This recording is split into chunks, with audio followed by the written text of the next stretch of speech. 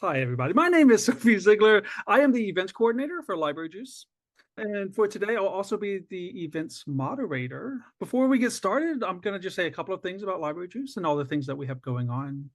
Many of you may be familiar with us. We do have a lot happening, though. So just a quick overview. So we have Library Juice Academy, which is our online professional development platform for librarians and library staff and all of us in the information ecosystem. These are 4 to 6 week classes taught asynchronously through Moodle to upskill on all the things that we suddenly realize that we need to know, or all the things that we need to know now that our job shifts under us, or all the things that we want to keep up to date with. You can do courses a la carte. You can follow the certificate paths that we have. All sorts of wonderful opportunities there. So take a look at libraryjuiceacademy.com to learn more.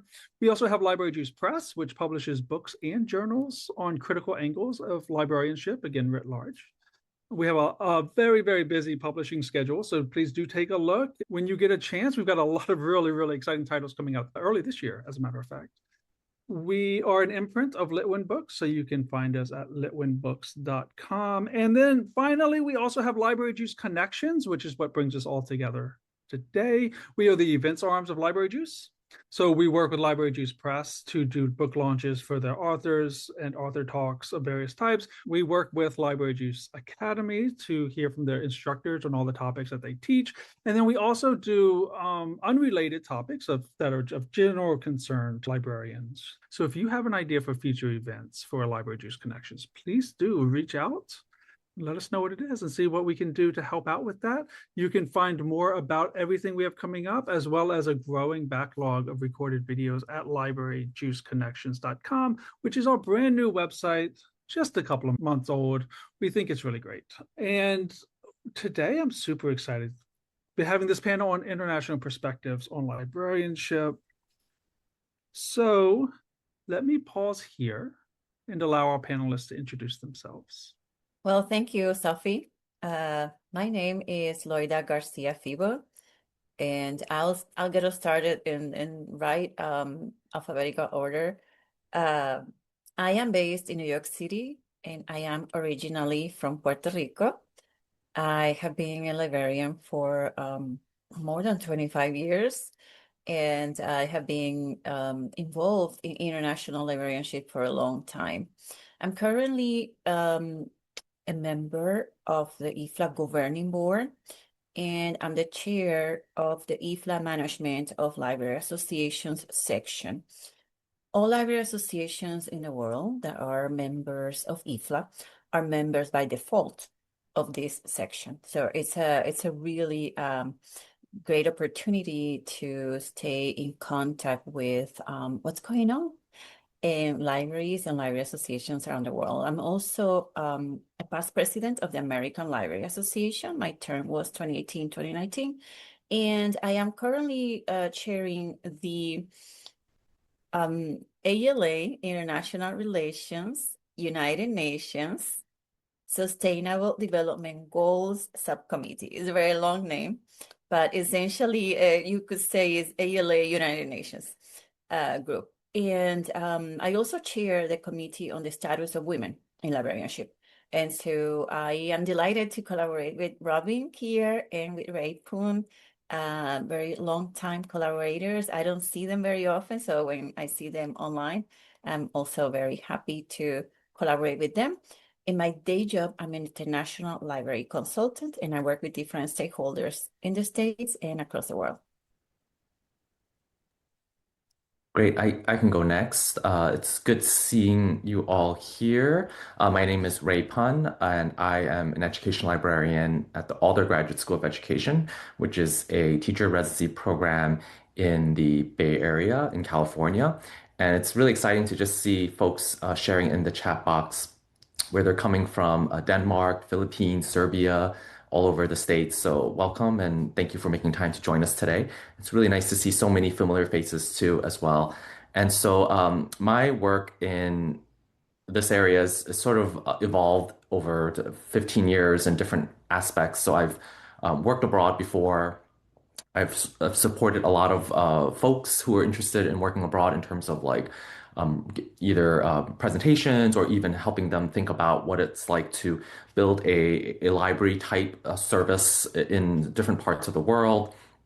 I've also served in different international groups, whether that's the International Federation of Library Association, like Loida mentioned, and IFLA, a standing committee, and as well as ALA's International Relations Roundtable committees. And I was a past president of the Chinese American Librarians Association, known as CALA, which has a really deep connection with librarians based in the Asia continent and region. And so there's just a lot of advice and opportunities that we'd like to share and really offer to all of you here. And I'll pass it over to Robin. Thank you, Ray and Loida. I'm Robin Keir. I am an academic librarian in Pittsburgh, PA, in the USA here at the University of Pittsburgh. I have been a librarian here for many, many years, and also have luckily collaborated with Loida and Ray also in this area over many years. I have also worked abroad for the United Nations. I have also consulted abroad over the years. I've been involved with the American Library Association, the International Relations Roundtable, and collaborating with Loida on the UN SDG subcommittee that's in under international relations. And more recently, in the past few years, have been working and collaborating with others around the UN Sustainable Development Goals, especially for academic libraries and with publishers. So some of these resources we'll mention later, but I just want to put all that out there. Thank you for having this, and thank you for joining us. Back to you, Sophie. Fantastic. Thank you all so much for that. I'm really wowed by the amount of experience that you bring to this panel. So I think maybe we could just start at the beginning, and I want to ask and give you the opportunity to say why you think an international perspective is important for librarians. So why is it, I should say, maybe I could phrase it this way. So let's start with the do you feel it's important that librarians be exposed to international perspectives? And if so, go ahead and tell us why. Loida, you're on mute. Oh, you're muted. Yes, I'm winning at bingo. You're on mute. Okay. I want to start phrasing this or framing this in our realities. Librarians watch news, we read the newspapers, we live in the world. So we are or should be aware of what is transpiring in our world in terms of socioeconomic and geopolitical aspects. And so I want to frame my answer in our world, right? And I'm coming to this from an angle of equity, humility, and resilience. And so, yes, the basic answer on if it's important for librarians to be exposed to international perspective is yes. And it's because, in my view, librarianship is no longer a national profession. And there are challenges that we face today: misinformation, censorship, AI governance, climate displacement, digital inequity. All of these challenges are global. They affect many different regions and countries, even when they show up locally. We are, unfortunately, the citizens, the residents of this planet share that. And so international perspectives, I believe that the international perspectives decenter US or your country-centric assumptions about access, neutrality, and best practices. So librarians in many parts of the world have long worked under, for instance, political pressure, surveillance, resource scarcity, language and cultural complexities.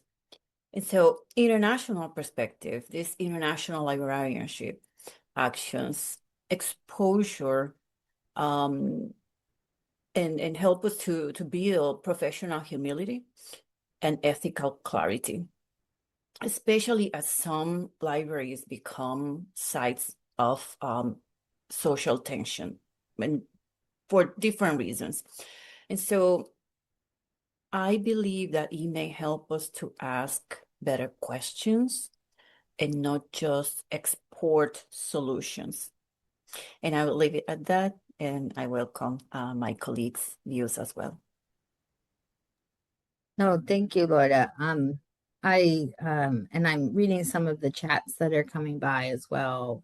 Ray put the question into the chat, so I appreciate that, Ray. So I'm also reading what's coming through, and yes, collaboration is key. I feel like international collaboration is key at a personal level. So I feel like I came to international librarianship because I had some international study experiences during my college years. So going abroad and studying and experiencing different cultures. And then when I started studying for librarianship, I realized, as Loida said, that libraries in many ways are similar around the world in that they're facing the same issues no matter what country you're in, and they're trying to provide the same kinds of things, especially in public libraries, school libraries, to their communities, many of the same things in similar ways, and we can all learn from each other. And so, I've spent many years sort of deepening that that philosophy and practice. And I still find that no matter what is going on in politics, but of course that affects everyone in deep ways, superficial ways, deep ways. But I have still found that over the years of travel and collaboration and interaction internationally, that the personal interactions are key, right? So no matter what is going on, sort of, I think about it up here at a government level, no matter what kind of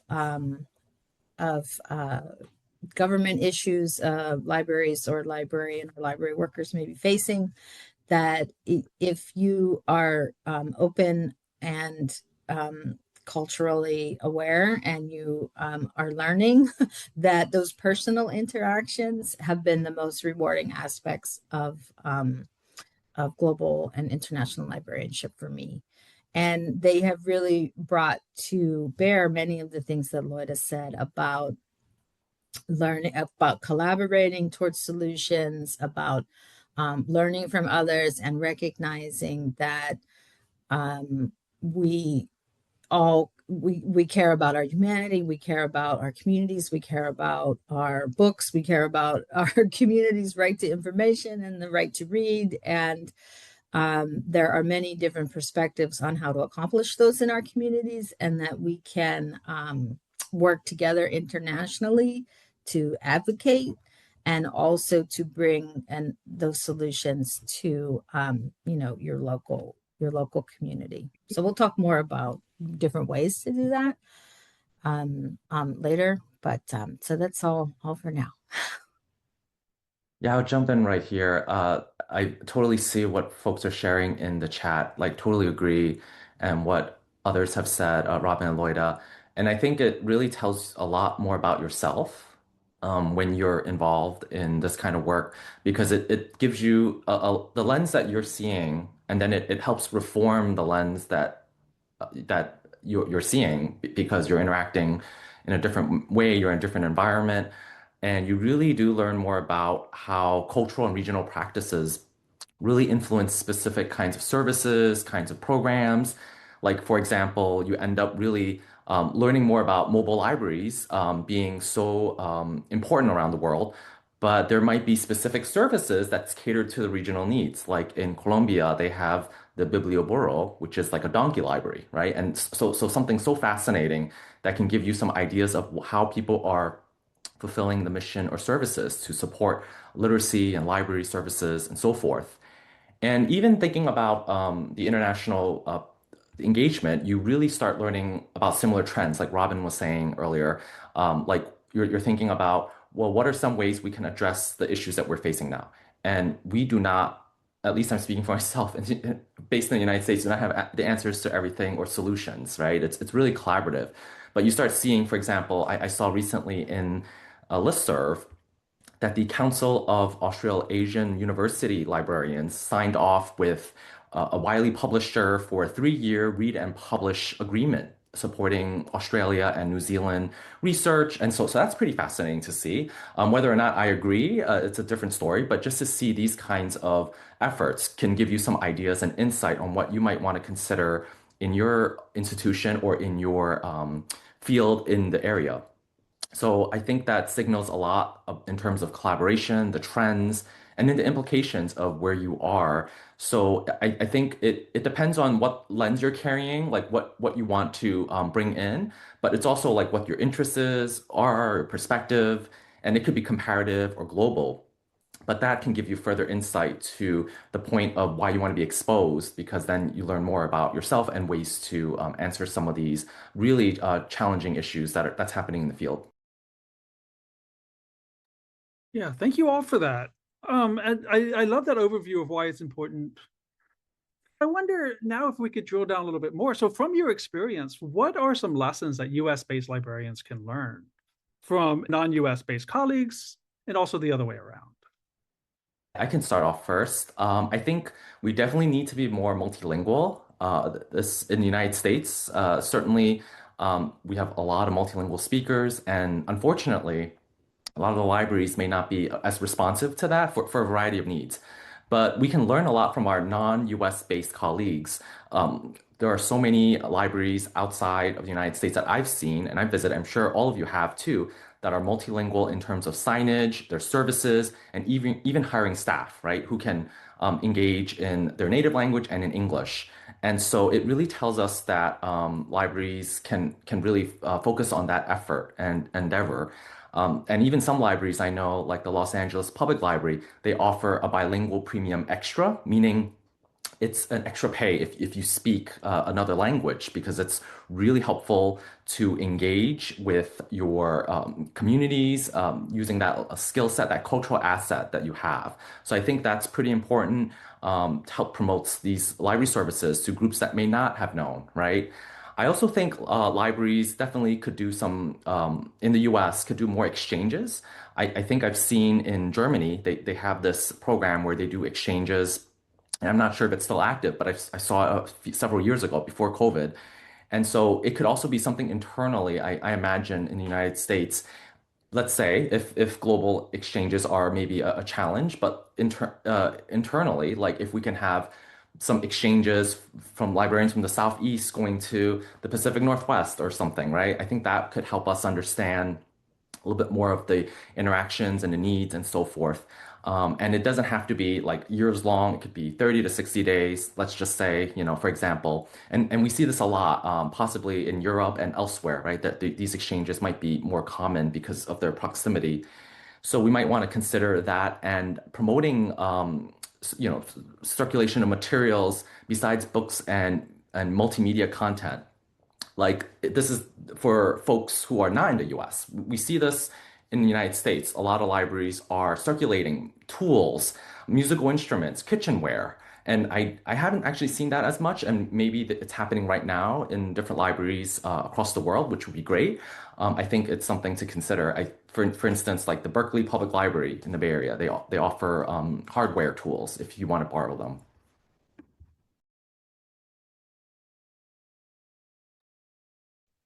Thank you, Ray, for that. I'm coming at this question from an angle of mutual learning, right? What we can learn from others and what others can learn from us.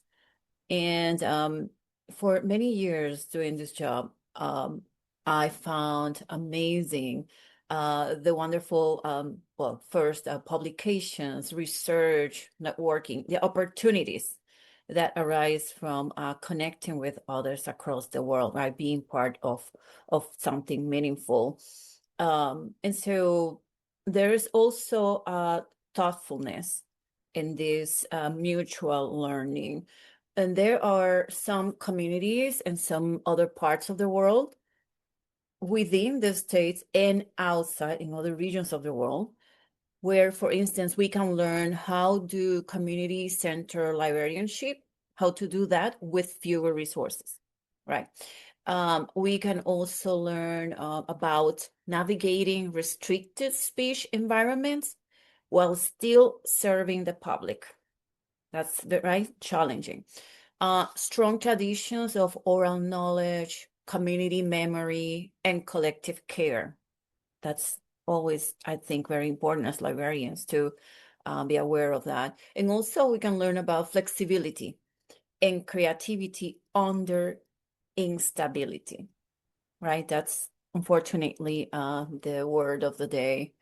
And so when I was thinking about this question, I wanted to look into, yes, what we can learn from other places outside the States, but also from other areas within the States that are not our communities. So those are my answers about that. Now, there are some things that perhaps we're more familiar in our community, in our academic community or public library community or school library community. For instance, there are infrastructure models for large-scale access and digitization, so we could share information about that. Advocacy strategies tied to policy and funding, because I think traditionally ALA has been very strong with that. So that's something that we could share with others from this country to other areas.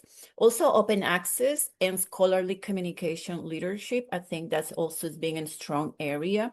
And so as you can see, I think different areas of the world inside the States and outside have strong areas that we can share. Now, I want to close this saying that this type of exchanges should not be extractive, right? Only providing, right? International collaboration only works if it's reciprocal.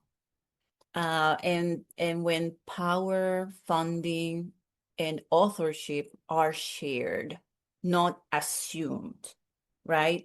So those are kind of lessons in humility and mutual learning that I wanted to put out there. Thank you. I hope my connection's stable. It's a little windy here, but I don't know. So I hope I don't go out. But no, I appreciate what Ray and Loida have said about collaboration and then exchanges, information exchanges, two-way information exchanges, both formal through through sister cities. Sometimes libraries organize through sister cities with other public libraries and for their home city. So that's can be a way to explore exchanges. I think that the most I learn is through practice. So looking at how other people are doing programming and responding to issues has always been very important. Could I try that where I am? Is that something that my community would respond to, right, in that way? And maybe thinking of how to engage people in a new way is always something that I appreciate and see and look for around and that's sort of just what I'm finding just globally in news, right? In newsletters and other things. But for Loida mentioned sort of open research and open science, and that I also believe that we can learn from each other in the open movement and open educational resources and seeing how those practices are in different places and bringing that back to your libraries.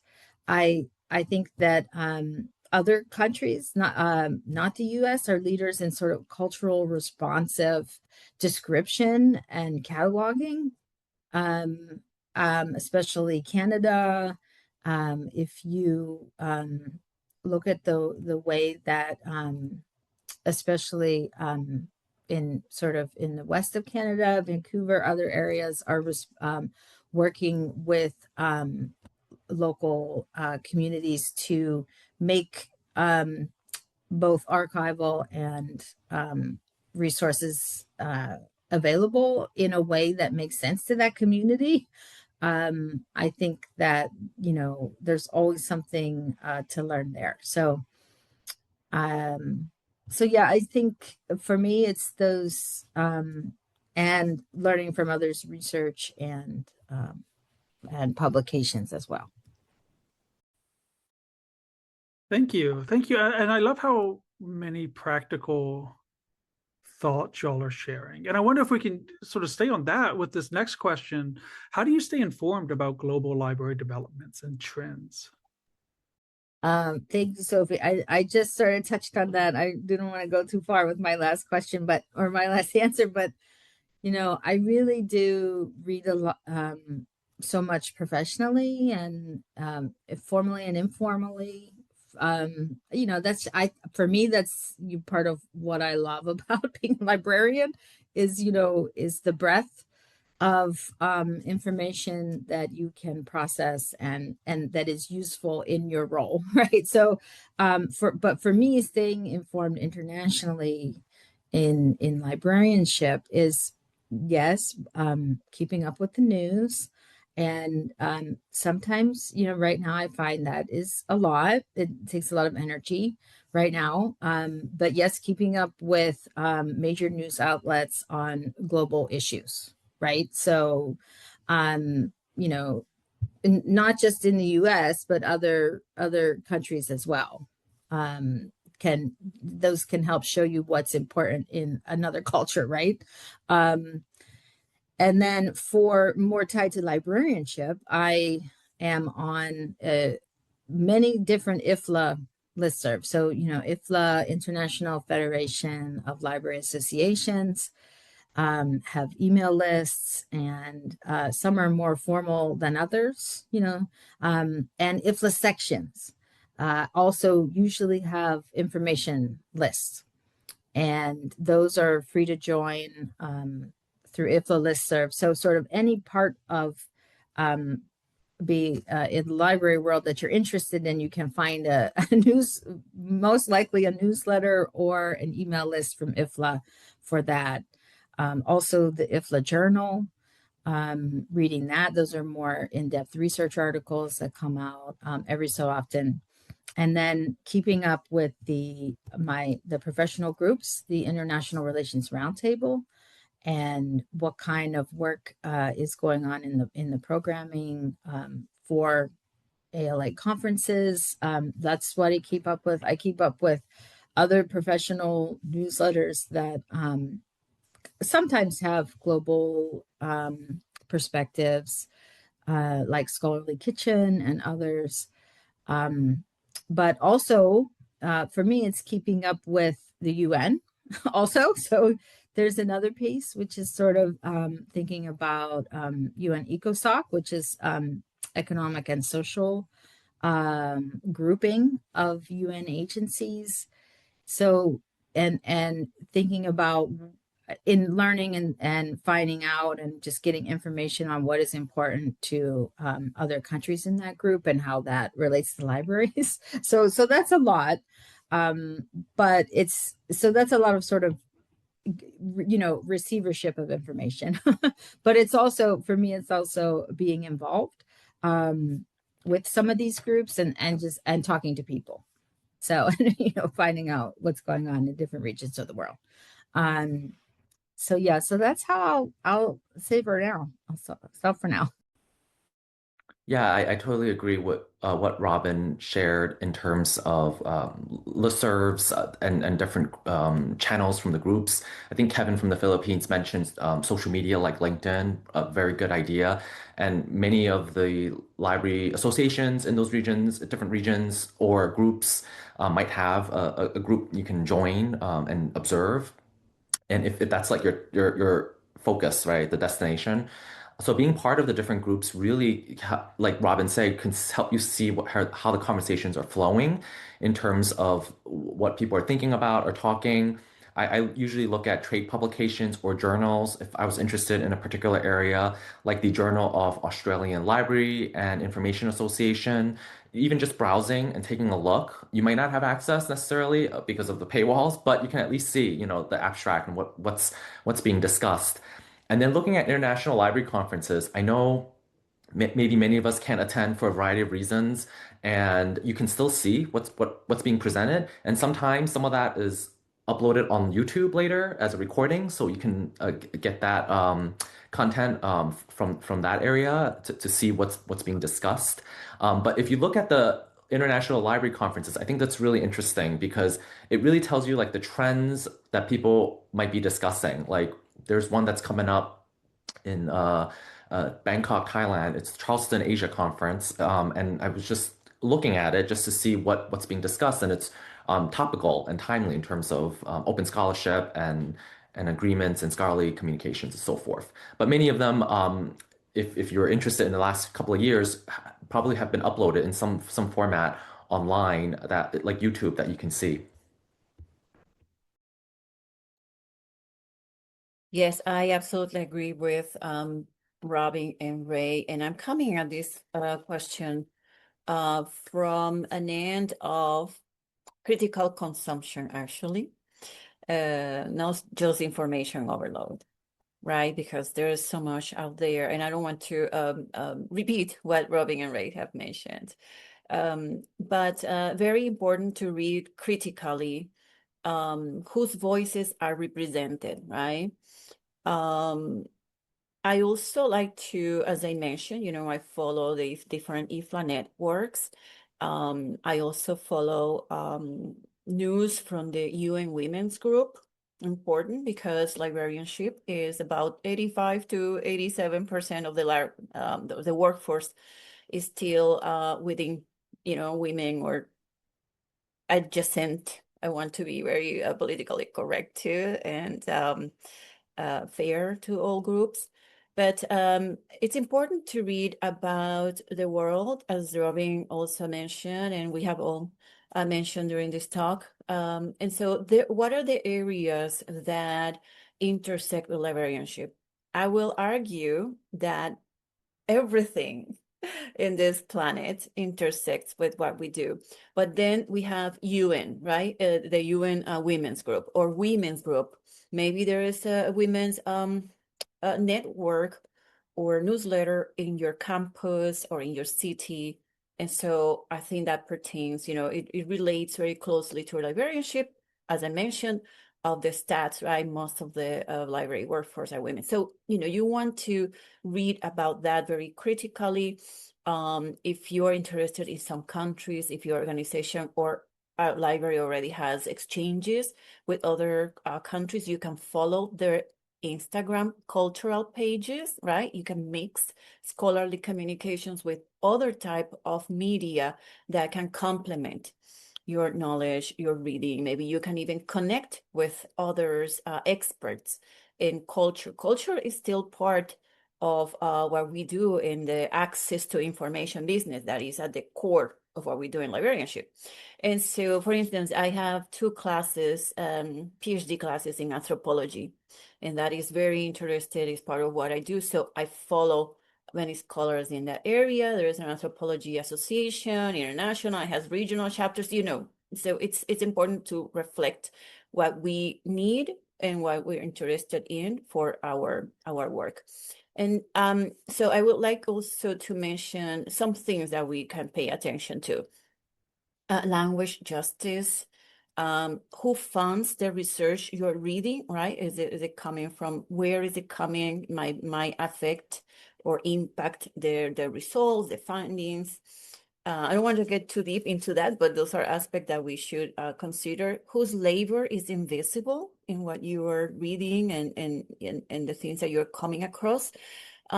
Staying informed isn't just about trends, right? It's about context as well. There are political shifts, there are colonial legacies, there are economic constraints. And so it's important to keep all those things in mind. We don't have time to get too deep into that today, but I will say that it's important to look into international globalized matters and also into regional and localized matters. And you will find international components in all. And so staying informed today, I will close with this, staying informed today also means being skeptical, asking who benefits from a trend, who's excluded, and who bears the cost. So it's all part of that, and that may inform what you're reading, the results, findings, connections, and why are some voices present and maybe others not. And hopefully all that is a benefit to your international developments and the different actions that you hope to take. Yeah, thank you all for this. This is fantastic answers. And I wonder, each of you touched on this a little bit, but I'm thinking about, for those of us who can't travel or live abroad, I wonder your thoughts on the opportunities to stay engaged, right? So really engaging with international librarianship. What does that look like? Yes, I'm afraid that there are some budget cuts, significant budget cuts across the board in countries and regions, and that may affect our ability to travel. But we have this thing that is amazing, and it might not be, depending how you look at it, and it's technology, right? But I want to frame it and think about it in terms of access, ethics, sustainability, right? To be very mindful about that. So we can definitely create opportunities. For instance, there can be virtual conferences, webinars, we're an example today, reading groups, especially we know as post-pandemic, there are many reading groups, dance groups, I mean, you name it online. So if we cannot travel abroad, we can stay engaged through one of those, but I also want to mention other examples. For instance, there is international research collaborations. And you can use shared data or co-authorship. And now we have all these different messaging apps from Weibo to WhatsApp to Signal to Discord. I mean, you name it. That makes it very easy for us to contact each other and develop ideas, get into concepts, use perhaps Google Documents, so that is wonderful for that, for international research collaborations. Then we have publishing with or reviewing for international journals. That could be another opportunity. There is mentorship or peer exchange programs. And I know maybe Robin speaks about this, but I know ALA had a page on exchanges, providing some information. And it was there last time I looked, but it might need some, links sometimes need update, and we don't know when it happens. It just happens. There's also mentorship and peer exchange programs. I mentioned that. And then I started working at IFLA or collaborating at IFLA many months ago. I will say more than 22 years ago. And I started translating papers for a book. A series of books they publish every year on intellectual freedom. And I will translate the Spanish language papers into English. And that's how I got into collaborating with IFLA. Many years later, I've been to many different iterations and governing board. So supporting translation projects or multilingual access initiatives, if you have another language or 2, 3 different languages, that is still amazing It still happens, it's real. And so that is those are some concrete opportunities. I also wanted to mention about funding and grants, even though we read every day about less and less, but there might be small target grants and institutional grants that you may be able to tap on. So you might have to do some research there, really dig into your local university or city to find out more about that, but there might be some of that. I'd like to also encourage each one of you to look beyond travel grants. There might be some research stipends, some digital collaboration funding, so you can still collaborate internationally. You don't travel, but you is funded, part of your work maybe. And then professional exchange programs. Yes, there was some years ago, I remember, there was a German one, and other countries might have provided opportunities to publish with, like Australia and the US. So those are alternatives to actual physical traveling. And I will close saying that engagement in all of these doesn't require physical movement, although many of us love to travel. But it requires, and it's important to keep in mind, right, respect, consistency, and also listening to each other, right? What are the needs and how can we really work with each other? Yes, that's so true, Loida, to keep all of those ethical considerations in mind in any of these, right, in any of these collaborations and exchanges. I was going to mention the International Librarians Network. I put it in the chat there. There is how to apply there, and the deadline is January 31st. So if you're interested in meeting someone, this group came out of the International Librarians Network that was out of the Global South, and sort of the ALA International Relations Roundtable. When I was chair, we had invested in that and to make that grow, and so the roundtable sort of brought that into their programming, and it's the International Librarians Networking Program. And you can see there to apply. And I saw in the Q&A, it's not just for librarians. You can apply if you're a library worker. The name is, has librarians in the name, but you can apply for that if you are not a librarian. Oh, great. Thank you. Yes, I think that program from ALA within the roundtable has been successful. We haven't mentioned social media too much, but I know that, that's where many of us sort of live and see our personal perspectives from around our country and around the world. But LinkedIn is really a place, I think, where you can find out about opportunities and you can find people, right? So you can find people who are working in libraries in other countries, and then you can sort of source a network from there, and then you can find those sort of virtual opportunities that Loida was mentioning. And multilingualism is important for some of that. If you speak another language, it's wonderful. There are also English language opportunities to do that in countries where that is sort of can be a overarching language for the country.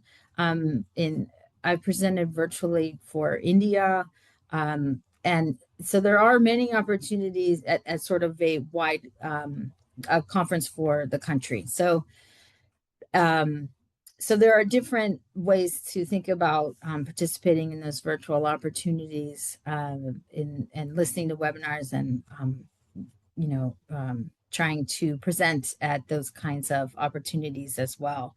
That's related to what you're already doing in your library work. For me, it's thinking about the teaching and research agenda.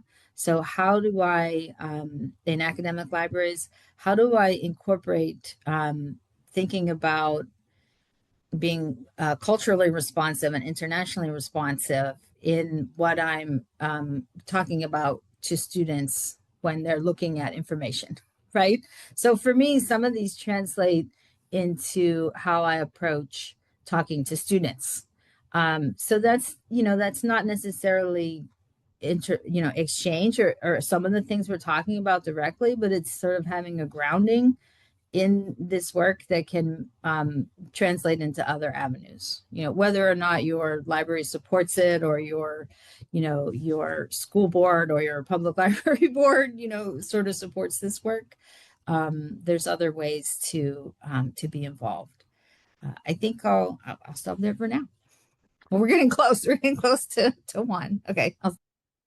Yeah, I'll keep this one brief. I totally agree what Loida and Robin share. I think it really depends on your comfort level and what you want to commit as well, your commitment level, because at times it could be a one-off project or it could be really long term. And there's a lot of remote possibilities, whether you are someone suggests, I think, Carolyn, reviewing journals. Loida, you mentioned that too, or applying for some like a grant that's like research where you can collaborate.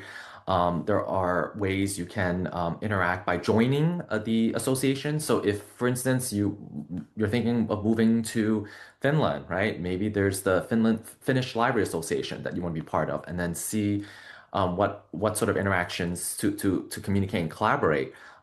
So I went to one conference. I think it was the IFLA conference, maybe in Malaysia in 2018, and there was a librarian. I didn't know her, but we happened to be sitting next to each other on a session on sustainability, and we had a lot of interesting discussions. And then we ended up collaborating to co-edit a special issue for a journal that actually Robin and Loida also contributed on sustainability and librarianship. This was like 2019 or 2020, and it was really great because we had a lot of commonalities in terms of looking at environmental impact in libraries and so forth.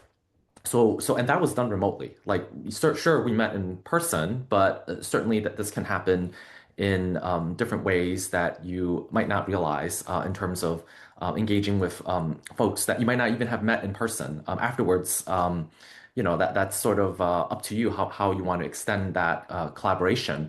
And then certainly there are local efforts that you can do. If you are at an academic library, for instance, where I used to work, we hosted International Coffee Hour, which is where we had collaboration between the library and the International Student Office, where we had an international student speak in the library for about 30-45 minutes about their country. So we had people speaking from India, Fiji, Brazil, and it was open to the public. And the library hosted that space, and it was a great way to bridge interest, community, and dialogue. And I think more of that can be done readily available. Besides providing space, I think we offered like cookies and coffee, right? International Coffee Hour. So that was really neat to do. And certainly for public libraries to consider, as well, partnering with a university to organize that could be something worth considering. And then there are groups in the United States that I'll speak of that have these partnerships or engagements that you do not need to be in America or an American library worker. You can be a member. So for instance, I mentioned earlier the Chinese American Librarian Association, known as CALA. There's a partnership with many groups. We have an Asia chapter where there are librarians from Singapore, different parts of China and Australia. They're all meeting and interacting with each other. There's also Reforma, the National Association to Promote Library Information Services to Latinos and Spanish speaking. And Loida was a past president, and then Tess Tobin, who's here with us, also a past president. They have an international relations committee, and they sometimes offer a lot of really great webinars and programming. So that's where you can be a member and be involved and connect with so many folks there that you might not have realized. And being part of that community is really great. So of course, funding is limited, funding is challenging at this time, but a lot of the work is really a labor of love and passion, and I think it'll really cultivate over time with those collaborations. Thank you. And here at the end, I just want to give you the opportunity, each one of you, to answer this question, and I should say we'll compile all the resources that have been showing up in the chat, et cetera, and send it out to both the attendees here, but also make it available for people watching this in the future. Let me ask you this: what additional resources would you recommend for attendees to consider? Yeah, I'll keep this one brief. I think for those who have an opportunity, for instance, if you're working at an institution that provides either a professional development learning grant or tuition reimbursement, this is something I had an opportunity to do when I was a librarian at the New York Public Library. I went on a couple of a short study abroad programs. These were organized by library information science schools like University of North Carolina, Chapel Hill, or University of Rhode Island, and also University of Maryland. We went to like Russia, China, and also London. And so some of these LIS programs, they do offer these short, like 2 weeks, 1 week study abroad, and so that's a really great way to interact. You're actually taking a class. That's only if that's set up for you for travel and for your working situation. But certainly, I would encourage folks to attend conferences virtually, to really look up what's already been done, what's out there, and make those connections. Reaching out to the presidents of those associations, like I was saying, in different parts of the world, it could be a really great start to learn more and connect. And so there's a lot of virtual engagement now that I think we should continue cultivating. Ray, I am aligned with what you said. I actually have jotted down something here that says people, not just platforms. It's so important. You know, I think it's important if we just do a little bit more of perhaps research and identify international librarians that are doing really cool things in the areas that you're interested in, and we follow them in the LinkedIn or follow their, search the papers, what they have published. That's another way of finding other resources. So yes, international librarians as individual, not just institutions. And also read beyond LIS literature, as I mentioned earlier. I have a minor in anthropology, so I read into that. I'm interested in women in our profession, but also worldwide, sustainability, wellness. So read beyond that. There are also development studies, post-colonial studies, media studies, and all of them interlinked with the services that we provide. I also like to join Ray and Robin saying, encouraging people to engage with the different IFLA sections according to your interest or work area, and special interest group. ALA has the International Relations Roundtable. If you are a member, you can access their space on ALA Connect, which is the online community. There are also many, I will say, open access journals outside the US and in Europe that you can look up. And I think the most important resource really is curiosity, right? Paired with some accountability. So you actually are looking into resources that are within our ethics and access to information and all our values. And I just want to say and take this moment, because I think we're running out of time soon, that in a world that is shaped by uncertainty and uneven power, international librarianship isn't about being global for its own sake. It's about being responsible professionals in an interconnected world, right? For example, learning from librarians that are in political restrictive environments and who have for a long time balanced access, safety, intellectual freedom with far few protections than we often assume. So there are some writings out there. I encourage you to kind of dig in and be informed. And we're all together in this. No, thank you. I'll try to be brief as well.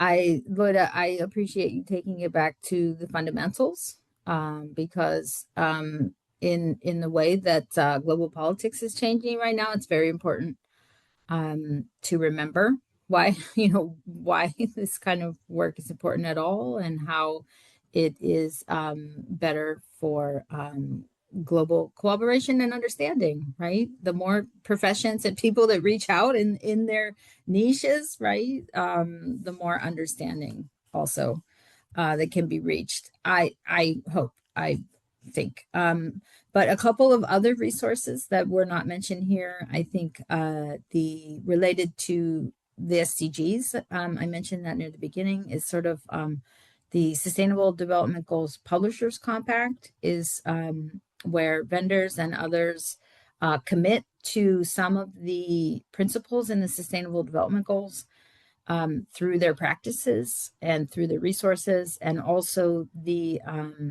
OCLC Global Research Council can be a good place to see papers and other information. And those are sort of, directors and upper level management of libraries on that research council around the world, but that can also be an interesting place. And the last thing I will do is do a shameless plug for the class that Loida and I are doing through Library Juice, and Rory Litwin, founder of Library Juice Publishing and the professional development opportunities, has supported that class for 3 years now. And Loida and I will be working on that class again. It's open now for registration, but it is in March. There is a cost with that. But if you are looking for continuing education and you want to hear more about in depth of what we've been talking about, that could be an opportunity for you. But thank you for today. Thank you, Sophie, and thank you everyone for coming. Thank you all for this. This was amazing. There's just a couple of moments left. I know there was a comment or a question or two in the Q&A that I think I had an answer typed out, but you do have a moment if anybody wants to try to fit a question in, or if anybody else on the panel wants to speak to the Q&A question, which I will read out loud, which was, has the outlook for international librarianship changed for Americans in the Trump era? Oh, these things always change, no matter what country you're in. Government's priorities change. Sometimes the funding priorities then change, the policy emphasis and strategy change. And so, we adapt, the library sector, information sector, technology sector, whoever's affected adapts, but again, remains mindful of its fundamentals, like as Loida has been mentioning throughout the webinar, I think, of sort of why we are doing what we're doing at all. And, just remembering that and who we are there to work with, our communities, whatever that kind of community is, and to keep being humane to each other, right? So as we can on a personal level. So, that's kind of why I started with the personal level right now. But personal interactions, I think, are just so important to opening understanding and collaboration, no matter what is going on with policy and with national strategy.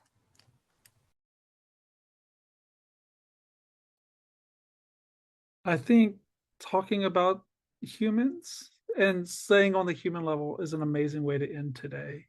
Thank you to our panel. Thank you very much. Thank you to everybody who was able to attend this while it's happening. Thank you to everyone who's watching it recorded.